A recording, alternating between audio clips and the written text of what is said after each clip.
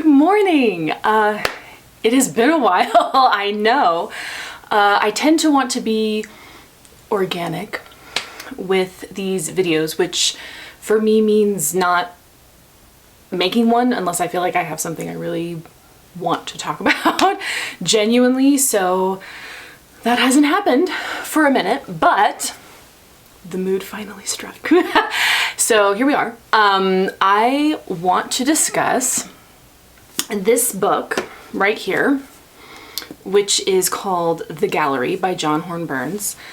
I'm Jessica, for anyone who's a first-time watcher. I'm obsessed with books. That's basically my only credential. And part of the reason that I wanted to chat about this book in particular is, I just finished reading it recently, obviously. And also because it is a book that I have really not heard much of anything about. I very much by totally random chance found this book at a thrift store, because that's what I do. And I'm so glad. I'm so glad that I did. A YouTube search of this book after I found it and bought it yielded very limited results, and it's certainly not a book I'd ever had presented to me in like an academic setting in college or anything like that. And now having read it, this struck me as maybe a bit odd, because as I found out, in its day when it was first published, it was actually a very well-known book, pretty popular. Now, again, having read it, I can understand why that would have been the case, but it also puzzles me that it's sort of faded into obscurity now at this point in time. And I just felt that it deserved, as what I thought was a very good piece of art, to be, dragged out of the shadowy corners of used to be popular and examined right now. In the light, if you will. Please allow me my incredibly fraught metaphors. They bring me a lot of joy. So firstly, because I am this particular kind of nerd, always, I wanted to know who John Horne Burns was, the author, because I'd never heard of him or any of his work. And so, I often do a little biographical dive down the bunny burrow with an author that's new to me. And wow, quite the interesting and tragic life story, I thought. So we'll just do a real quick synopsis. He was born in Massachusetts in the 19-teens, the oldest child of a big Catholic family, and seemingly a pretty smart guy. His academic resume is very impressive. He graduated from Harvard, was fluent in, I think, at least 3 languages. So yes, very smart person. And then he was drafted to World War II, to fight in World War II, serve in World War II, if you will, in which he did military intelligence in 2 or 3 different places, all of which end up in this book, I'm pretty sure, so that's interesting. But he was not in the trenches, to use a phrase referring to absolutely the wrong World War. He was more of a bureaucratic person in World War II, and before being in World War II, I believe he had been a teacher at a fancy prep school in Connecticut. Yes, I think Connecticut. So during the war, he did a lot of translation. Remember, I talked about he was fluent in many languages, of mail for military intelligence. So interestingly, it was kind of hard. Like, it took me a while, and I consider myself a research nerd, to find good information about what happened to him after the war. Like, there were tons of things describing his life during and a fair amount before, but then after the war it just sort of dropped off. It was hard to find that information. beyond writing this book, right? Everybody mentions like he got back from the war and he wrote this book, and like that's sort of it. But he did more than just write this book, which was published in 1947. I finally figured out that after the war he moved to Boston, and he wrote another book. So he writes the second book, and it received scathingly negative reviews that apparently crushed him, and because of that he left Boston and went to Italy, which he had fallen in love with as a place during the war. So he goes back to Italy, and in Italy he seems to just go into a self-destructive spiral. Drinking all the time until his very untimely death, and sort of mysterious death in Italy right before his 37th birthday. And as far as I could tell, it seems to be often attributed to his heavy drinking, but there didn't seem to be anything official about that. It was just something that a lot of people assumed was probably part of his death at a very young age. So a very short and sad life, in many ways. A tortured soul, it seemed to me. So that made the book all the more poignant to me as I read it, because I continually felt it, the book, to be proof, I guess, of all that we were probably robbed of by his untimely death. All the other things he could have created, but didn't, because he died so young. And it also, it being the book, felt like such a window into a person who, it seemed to me, was battling a lot of demons from a lot of fronts. And I think he maybe lost that battle, which is just incredibly awful and tragic to me. And as I was doing all of this background research, I found that he authored some they seem to be fairly famous letters to a former student of his, I think, during the war, which were sort of miraculously preserved against all odds, it seemed. And these letters are now considered part of the American historical canon, I suppose, for 20th century gay life. So saving perhaps the most important biographical item for last, Burns was a closeted gay man. Maybe less than some, but still technically closeted in his public life, and living in a period obviously not accepting of that at all. So yeah, I would definitely be interested to try to get my hands on those letters and read them if that's if they're publicly accessible. But anyway, a little bit of an offshoot, but that reality, I think, of being a gay man in the early and mid 20th century, I think definitely colors this book in a significant way, in my opinion, that I may not really get to talk about very much, but it's okay. It's okay. We're focusing. So speaking of which, I went back and forth on what I wanted to talk about. With this book, it offers a lot of potential material to discuss, such as the depictions of gay life that it has. And I finally landed on structure. I started out thinking that this would be like my series of Middlemarch videos that I just completed not too long ago, and had this whole idea for like 3 videos to have talking about this book.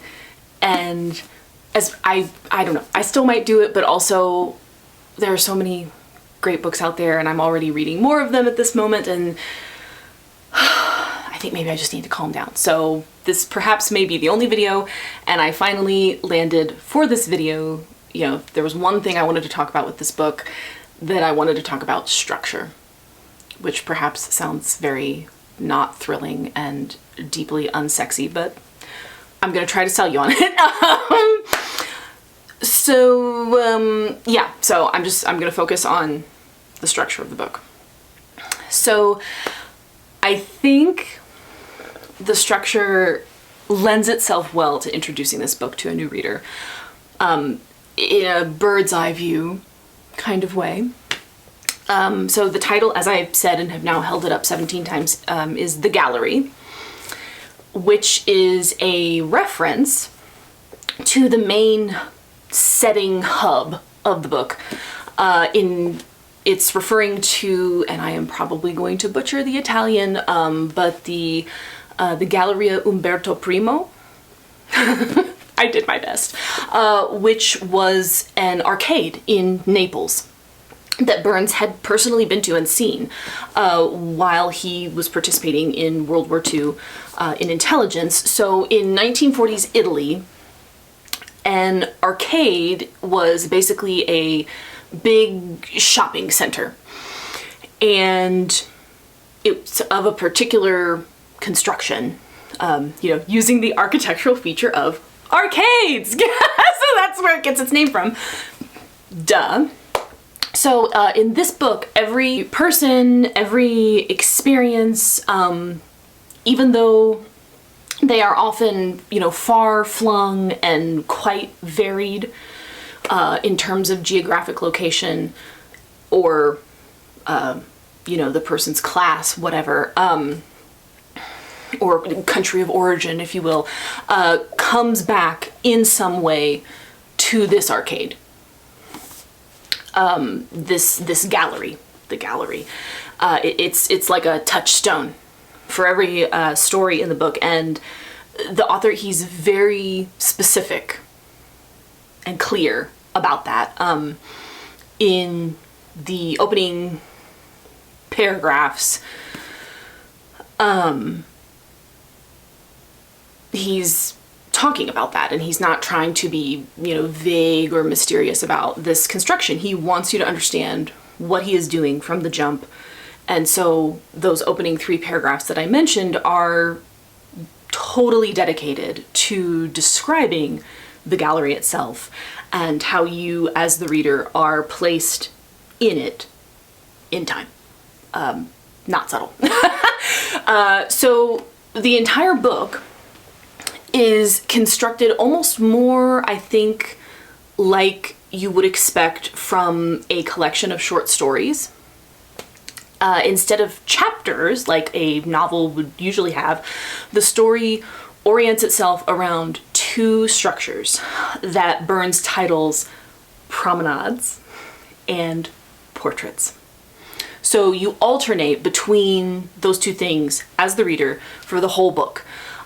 First you get a portrait, then you get a promenade, then another portrait, then another promenade, back and forth for the whole book.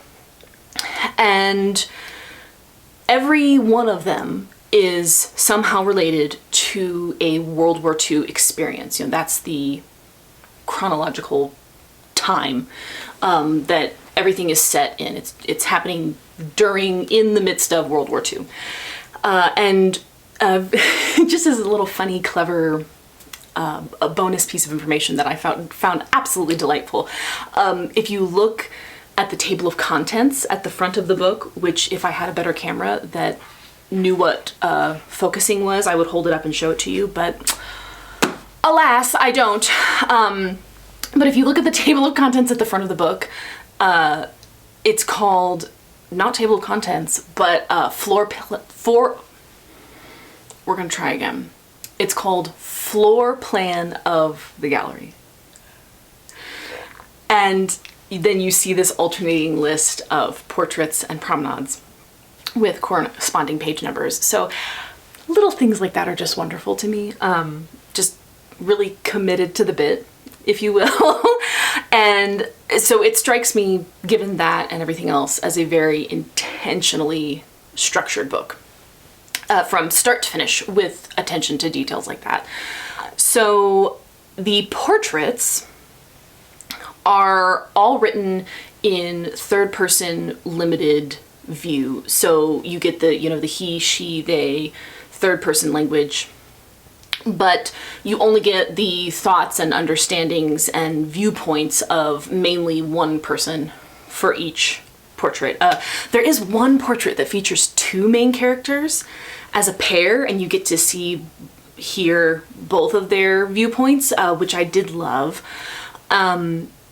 So those are the portraits, and then the promenades, fascinatingly, hold on to your hat, are written in second person. That is very unusual, isn't it? Second person. So the author is talking to you, the reader, as an active participant. And the example I always like to use to figure out if something is second person, because I think it's used so infrequently, maybe people struggle with it, myself included. Those very famous "If You Give a Mouse a Cookie" books are written in second person. That's second person. So just as a hot tip, if you're ever wondering, like, that's something you can use as a measuring stick. Is it written like the "If You Give a Mouse a Cookie" books? But yes, anyway, so they're written in second person. The author is talking to you, the reader, as an active participant, as though you are both taking a stroll together. And he is telling you a story about all of his reminiscences from different places he saw in the war. And it is a very unusual choice for narrative viewpoint. And as I said, you just don't see second person very often. And I was really thrown by it at first. And I did wonder if people would maybe argue with me and say, like, no, it's first person. I think that's what I thought at first, that it was first person. And, I could see that, but I think the further you get into it, the more clear it becomes that he is actually using second person viewpoint. So structurally then, the author is creating this very strange, but I think purposeful juxtaposition. You have the immediacy of the promenades in the second person viewpoint, this very conversational and experiential style of writing, like you are walking and chatting with a friend via this second person viewpoint. You are there in that moment, experiencing that circuit with the author around the gallery, as he relays all of these memories to you. And then, quite abruptly, you shift to a portrait. And I do say abruptly with intent. I think that's by design. Every one of the promenade sections ends with an ellipsis. Yes, so every promenade section ends with an ellipsis, which is that ... punctuation.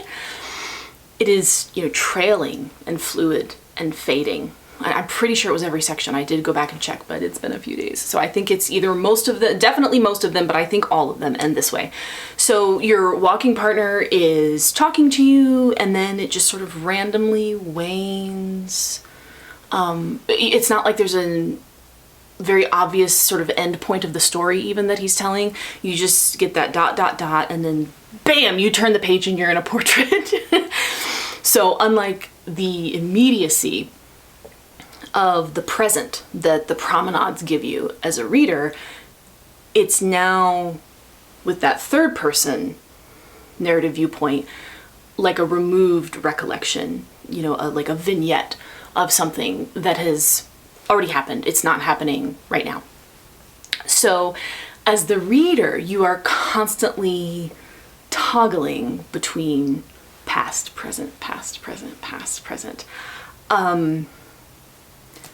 Though, now that I say that, interestingly, if you want to get super nerdy, yeah, let's do it. So both the promenades and the portraits are dealing with the past. So one is through a person telling you memories of the past right now, and one is through this third person vignette. So maybe more accurately than saying it's past, present, it's past as past, past as present, past as past, past as present, which is wild. That is absolutely wild, but fascinating, like really kind of bizarre and brilliant to do. And, you know, the point still stands that this is very jarring to the reader. But, you know, I'm just a dweeb and I always want specificity. So, yes, I hope you enjoyed my needless offshoot there. But, yes. So what does this do for the reader as a reading experience? This type of, just this very unusual structure. I think most obviously, as I've kind of already mentioned, it continually throws you off balance. You're never quite sure where the right footing is because you're sort of just being constantly catapulted back and forth between these two presentations. They're quite different, even though they're both talking about World War II experiences. So it feels disjointed, it feels fractured, and there's no obvious link between each presented promenade and portrait.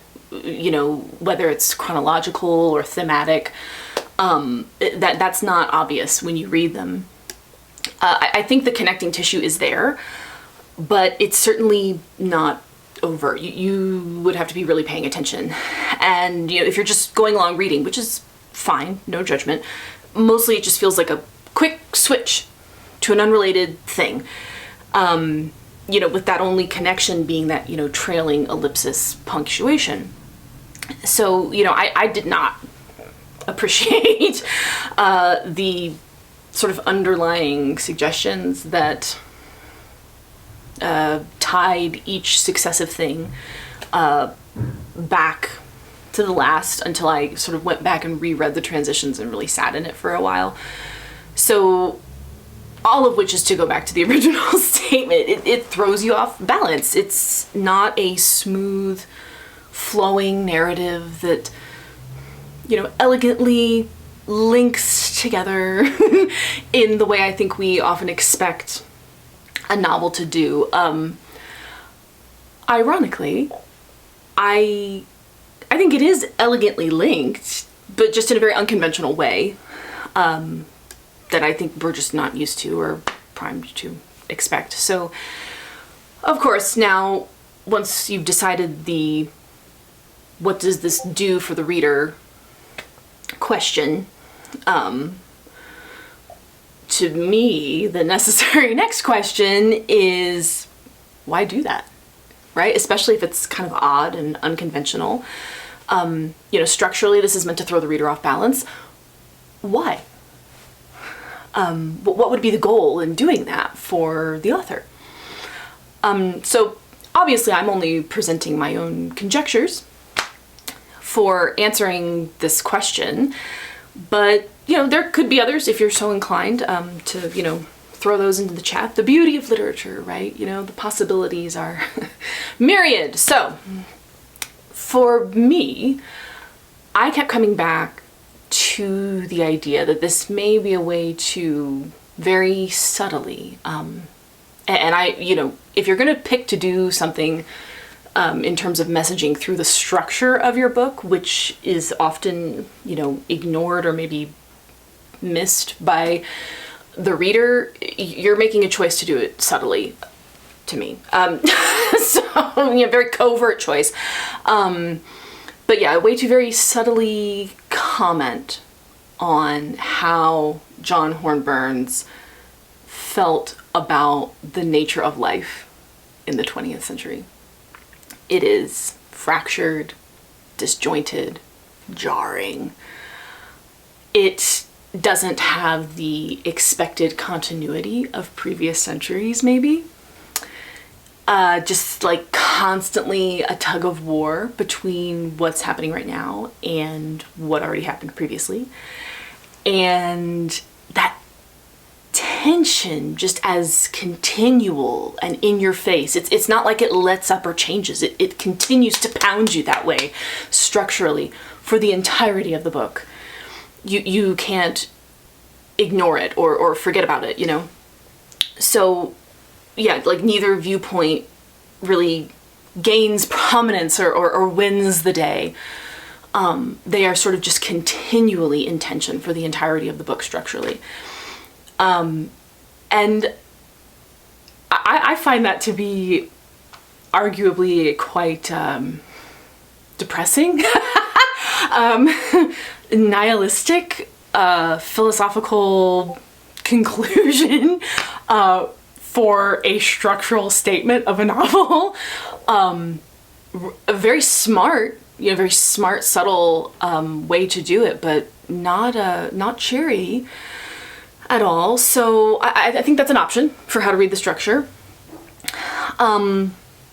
Another idea that I kept coming back to was the fact that almost the entirety of the book is labeled either portrait or promenade. And the only exceptions are the very short bits at the beginning and the end, which are like bookends to the portraits and promenades, and still play into those words because they're labeled entrance and exit. Right? Like not introduction and conclusion, entrance, exit. I love that. And it now occurs to me, maybe I should have said this earlier, would have been a great thing to say earlier in the video, but there's also perhaps the more obvious structural goal of bringing to mind for the reader an actual place. You know, the book in its entirety is called The Gallery, and you as the reader enter and promenade through the gallery with the author as your companion, perhaps stopping and looking at these portraits, right? Until you reach the end and you exit.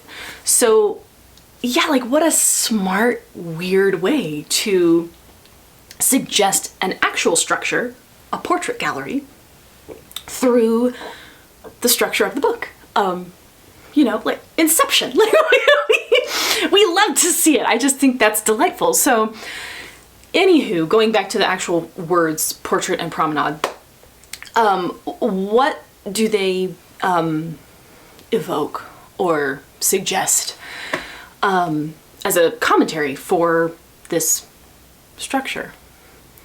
I think taken together, for me, both of those words are very evocative of like old world aristocracy. You know, promenade, even in the early 20th century when this book was published, was quite an archaic word. It had its highest usage as a noun peak in the, I think like around 1840. I looked up the etymology of it because, of course, very on brand.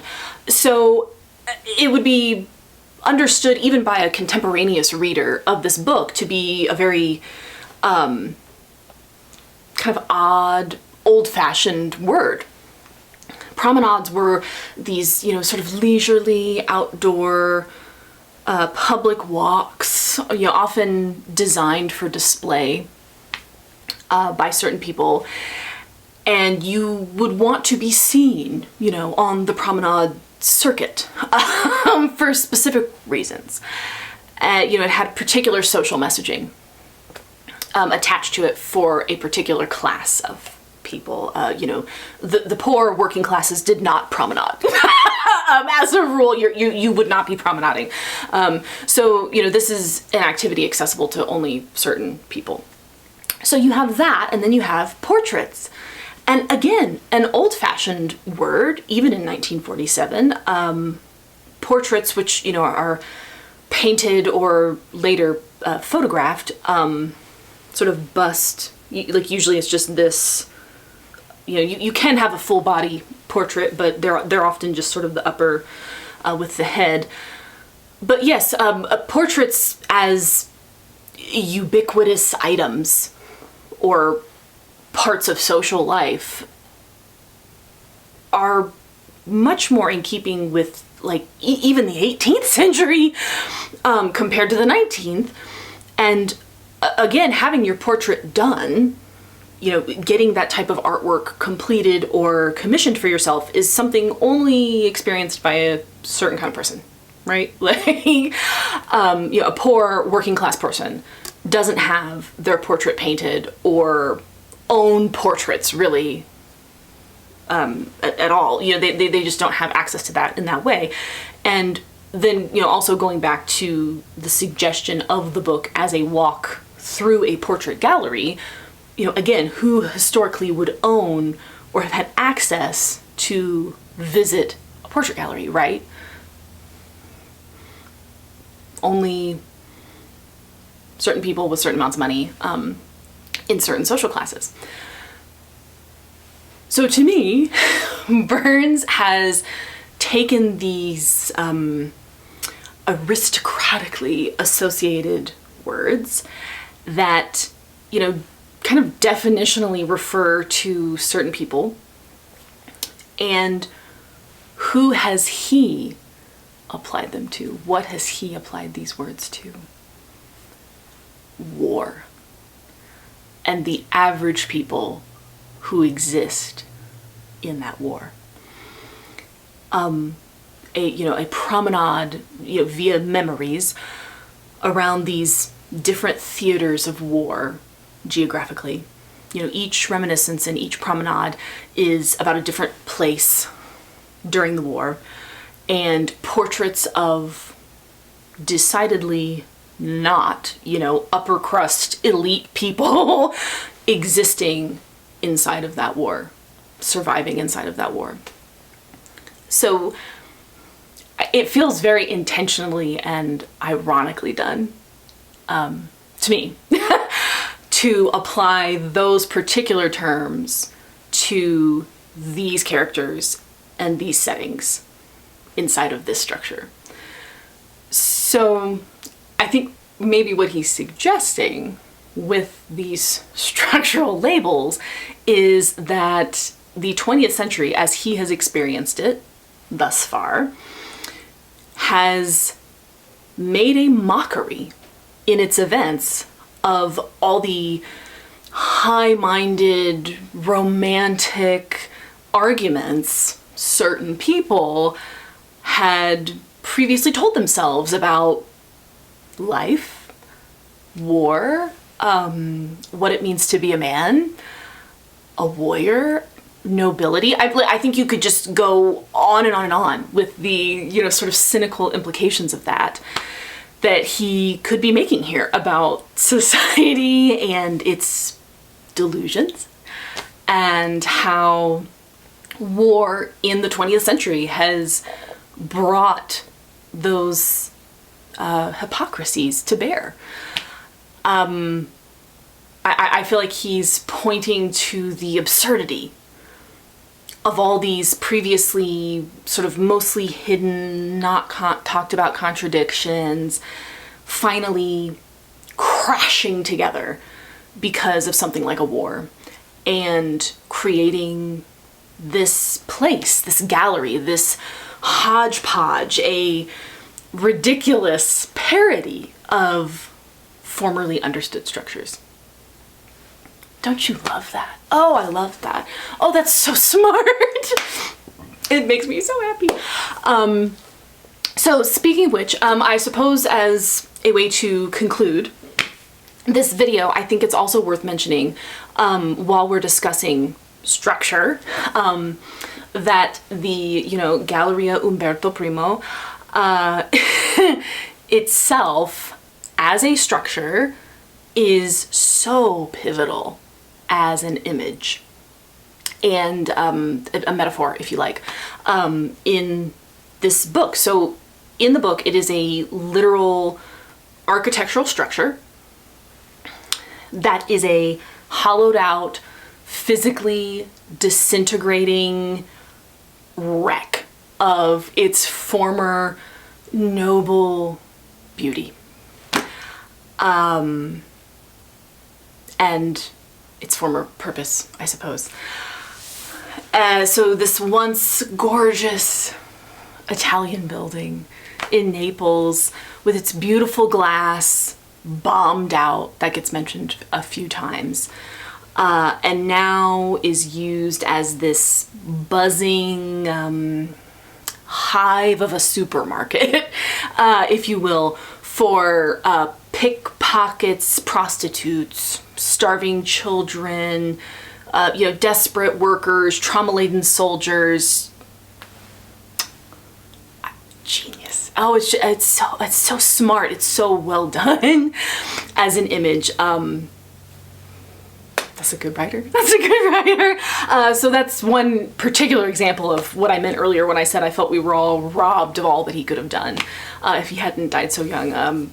Things like that. That's just so well done. So this is all, so far, only structural decisions that he has made as an author, and it already gives us so much rich material to think about, or at least it did for me.